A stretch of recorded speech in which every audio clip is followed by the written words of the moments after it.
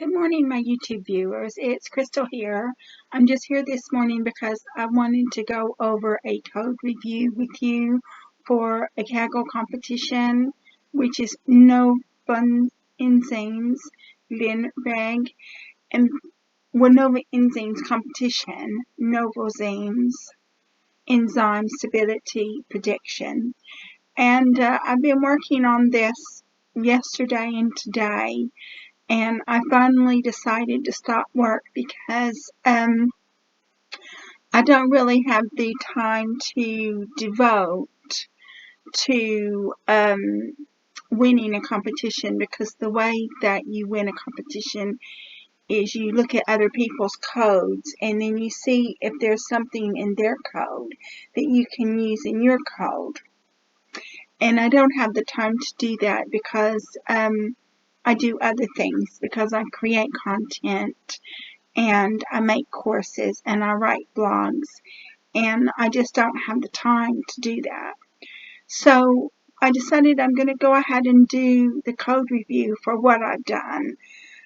I would just want to let you know beforehand that I've tried several different models. I tried XGBoost. It failed on XGBoost. I tried Hist Gradient Boosting Regressor. It failed on His Gradient Boosting Regressor. I tried lots of different models, and the only different model that I could get success with was the linear regression model, and I only got up to 0.013. So I did my best. The problem is I believe the models, and you've got to find the model. And then, so what this does is this requires people to have an understanding of the different models and perhaps program their own models. And which I don't program my own models. I just use the models from sklearn. So you might be able to get some headway if you were to use PyTorch or TensorFlow, but my skill in PyTorch is very limited, and my skill in TensorFlow is very limited as well. So until I learn TensorFlow or learn more PyTorch, become more proficient at it, I don't imagine I'm going to be winning any competitions. And the reason for that is because most of the competition winners are utilizing neural networks. But I will go ahead and show you what I've done so far, and you can use my code as your code, and maybe it'll help you win a competition. You never know. I just got a comment this morning on the last competition that I entered that somebody said that it was really easy to follow and they liked it. So even though my competitions don't win, they are organized in a structured manner that's easy to understand. So if you can take my code and use it to win a competition, well, good for you. Okay, so we're going to go ahead and do the competition now. You can see I got a public score of 0.013, and the highest score was, I think, 0.43 or something like that. And I tried several different models and I couldn't get it any higher than 0.013, and a lot of the models it didn't even work on. So what we'll do is we'll talk about the problem statement. Enzymes are proteins that act as catalysts in the chemical reactions of living organisms. The goal of this competition is to predict the thermal stability of enzyme variants. The experimentally measured thermal stability melting temperature data includes natural sequences as well as engineered sequences with single or multiple mutations upon the natural sequences. Understanding and accurately predict protein stability is a fundamental problem in biotechnology. Its applications include enzyme engineering for addressing the world's challenges of sustainability, carbon neutrality, and more. Improvements to enzyme stability could lower costs and increase the speed scientists can iterate on concepts. So we created this Jupyter Notebook in Kaggle's Jupyter Notebook because it's a Kaggle competition. So what I did was I imported the libraries that I was going to use. So we imported NumPy, which performs numerical computations and creates NumPy arrays. We imported Pandas, which does data processing and creates and maintains data frames. We imported OS, which goes into the operating system, and it goes into the operating system and it retrieves the files that you need.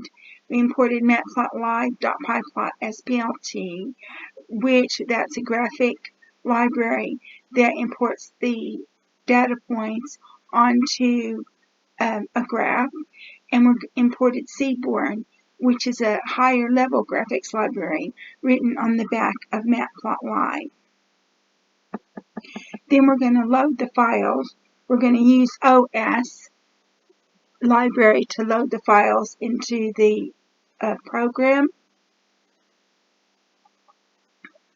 So we've got sample submission, we've got train, test, and you've got another CSV file here that says train updates CSV. So I didn't look at that, so I might go ahead and look at the train updates. You can see that the updates were done on the 29th, and that was yesterday. So that's why I didn't see the updates. So there's a possibility that I might actually go through and do the train updates and see if I can improve my score with the train updates, because it says 2022-09-29, and that was yesterday. So I couldn't see the updates yesterday because I was working on it. So that's what I'm going to do perhaps this morning, see what the train updates look like. So that's interesting, don't you think? I don't know what happened. I don't know if some people complained or what. So we're going to use Pandas to read the files, and then we read in train test and submission. So you can see the train file is a sequence ID, a protein sequence, a pH, and a data source, and a TM. So your TM is your target. This is your train info. It says it's the sequence ID is an integer, protein sequence is an object, pH is a float, data source is an object, and TM is a float. So we check to see if there are any null values, and in pH we have 286 null values, and in the data source we have 3,347 null values. We check to see how many unique values we have in train pH, and there are 115 unique values. We check to see how many unique values there are in data source, and there are 324 unique values in data source. We check to see how many unique values there are in protein sequence, and there are 28,981. We check to see if Novozymes is in the train data source, and there's not any Novozymes in the train data source. So we drop the train data source because there's not any Novozymes in the train data source. We just drop it, or I did anyway. So we also dropped any null values, any rows that had null values, we dropped that. So now we check our train, and so we've got your sequence ID is 0, protein sequence is 0, pH is 0, TM is 0. So now we check our test file, and the test file has every column except for the TM. And the problem with the test file is the pH is different in the test file, and the data source is all Novozymes. So we check test info, which we can see that sequence ID is an integer, protein sequence is an object, pH is an integer, and data source is an object. We check for any null values. You do not have any null values. We check to see how many unique values you have in pH, and there's only one unique value in pH. We check to see how many unique values there are in data source, and there's only one unique value in data source. So we check submission. So this is what the submission wants to look like. So we're going to drop the data source from test as well, because we dropped the data source in train, and because we dropped the data source in train, we have to drop the data source in test. Now we're going to do some analysis. So target equals train TM, and then we're going to drop TM from train. So we're going to do the his plot on the target, and you can see this is what a plot of the target looks like. So it followed a little bit of a Gaussian curve, except for this part right here. And I don't know what that was all about. So now we check a box plot. This is a box plot of the target. So you can see you've got a box plot of the target, and you can see you've got loads of outliers. Now we're going to do a his plot of pH. So you can see most of the pH is, we'll say, between 5 and 10. Okay. Now we do a scatter plot of the pH in the target. So now you can see what the scatter of the pH in the target looks like. We're going to do a box plot of the pH in the target. So you can see there's your box plot of your pH in your target as well. So now what we're going to do is we're going to combine the train and test. Combi equals train dot append test. And here's your combi. So we're going to drop the sequence ID from combi because it's not needed. The reason why it's not needed is because you've got your index on your rows. So you don't need the sequence ID because you've got your row index. Now what we're going to do is we're going to encode every column that is an object column, and since the actual protein sequence is an alphabetic code, it has to be converted to a numeric code. So now, instead of protein sequence being an alphabetic code, now your protein sequence is a numeric code. So we're not going to normalize it, and the reason why we're not going to normalize it is because I looked it up, and you don't need to normalize linear regression. So, but I will say this, I had originally normalized it, and it makes no difference whether you normalize it or you don't normalize it. But because I looked it up and linear regression doesn't need to be normalized, I didn't normalize it. Now we're going to define our x and our y values. And your y is your dependent value, which is the target.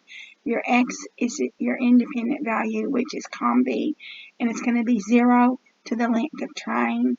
Your x test is your combi from the length of train all the way to the end. Now we're going to do train test split to split the XY data set into X train, X val, Y train, Y val, and the test size is 0.1. And random state is 42, and shuffle is true. So we're going to select the model, and as I've said before, I tried lots of different models. I worked on this yesterday, I worked on it last night, and I got up this morning and worked on it. And I tried lots of different models, and some of the models like XGBoost and Hist Gradient Regressor and other ones didn't even work. So we just stuck with linear regression. So from sklearn.linear model, import linear regression, model equals linear regression, brackets, dot fit, x train, y train. Model dot score, x train, y train, and you've got an accuracy of 0.002. Y-pred equals model dot predict xval, and then you check your Y-pred. Another thing that you have to make sure is that all of the values are different, because one of the reasons why XGBoost failed, because XGBoost made all of the values the same. So now we check the RMSE, and the RMSE is 13, which I didn't think it was that bad, but that's your RMSE.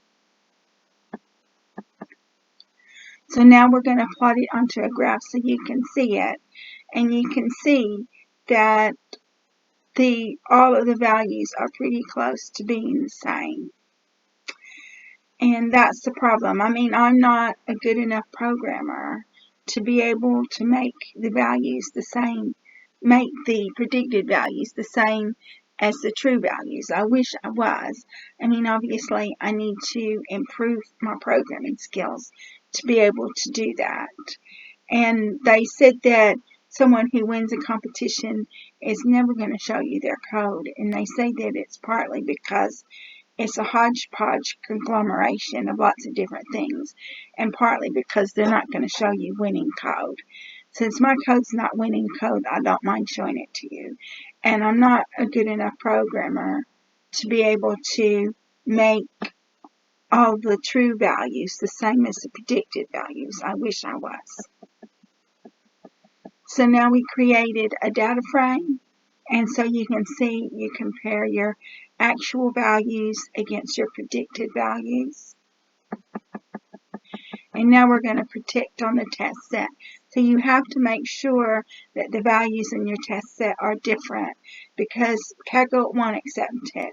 If all the values are the same, Kaggle won't accept it. And I found that out because I wasted a programming attempt this morning on XGBoost, because XGBoost made all the values the same. And then we're going to submit our prediction. You have to make sure that your values are different. If the values are not different, then Kaggle won't accept it, and then you will have wasted one of your submission attempts. So that's it. That's the code. This is what I did, and obviously it's not perfect, but I gave it a go. I gave it a shot. So what I'm going to do now is I'm going to close this presentation that I'm giving you, and then I'm going to go through and see if I can improve my score with the updates that they updated, and I didn't know anything about it. So I would like to thank all of my subscribers for supporting my channel. If you like my video, please like, subscribe, and share. And thank you for watching my demonstration. I look forward to making more demonstrations for you in the future.